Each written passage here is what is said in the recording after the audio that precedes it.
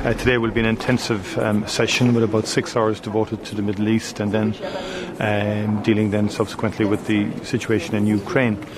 In the first instance, we will be having a series of meetings with Arab leaders from Egypt, Jordan, Saudi Arabia, Palestine, and of course then meeting with the Israeli Foreign Minister, and then having an internal discussion in relation to the situation in the Middle East. From Ireland's perspective, we will be again putting a lot of pressure on and calling for a ceasefire in Gaza, and also absolute unimpeded access for humanitarian aid in. The reports we are receiving, even as late as last evening, are dire in respect of what's happening within Gaza in terms of starvation, in terms of the humanitarian consequences of this war.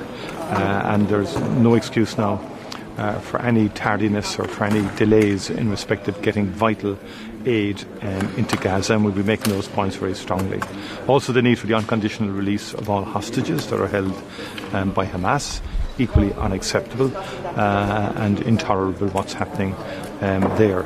And broadly speaking then, pushing strongly to get onto a political track, working on the paper that's been tabled by High Representative Borrell in respect of a peace process and a peace conference. I mean, how close could we be to that process beginning, and are these engagements today with Arab leaders and the Israeli Foreign Minister a significant part of that process, because we're still obviously in a war situation? Yes, I mean, first of all, the Arab leaders and the Arab countries are working on a template for a peace initiative from their perspective, which we eagerly await, and I've had some contact with Arab foreign ministers from those countries last week, and we'll continue those today, and that will be part of it, and we're very clear that Europe has to contribute and be supportive of all efforts towards getting peace here and getting a ceasefire.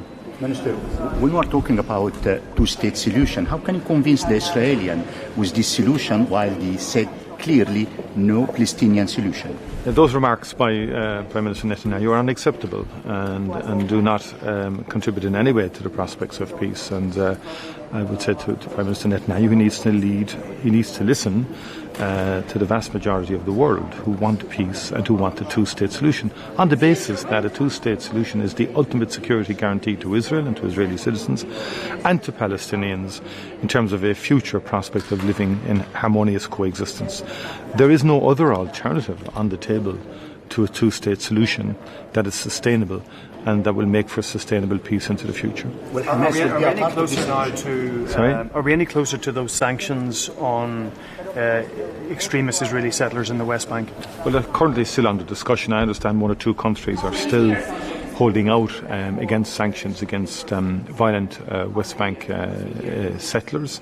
Ireland is very clear that there has to be sanctions, and there is agreement in terms of sanctions against Hamas, which is correct, but equally there needs to be agreement on sanctions against the West Bank violent settlers, and we're very clear on that, and we'll be pushing very strongly today, and I'll be talking to those who may have reservations to push strongly for an EU-wide sanctions policy in respect of what's going on in the West Bank, because that too is creating huge tensions, and it represents the willful displacement of Palestinian communities within the West Bank, and by definition then undermines the prospect of a two-state solution. And are we any closer to, a number of member states are proposing a CSDP, European Maritime Mission, in the Red Sea to protect commercial shipping. Is that something that Ireland would support?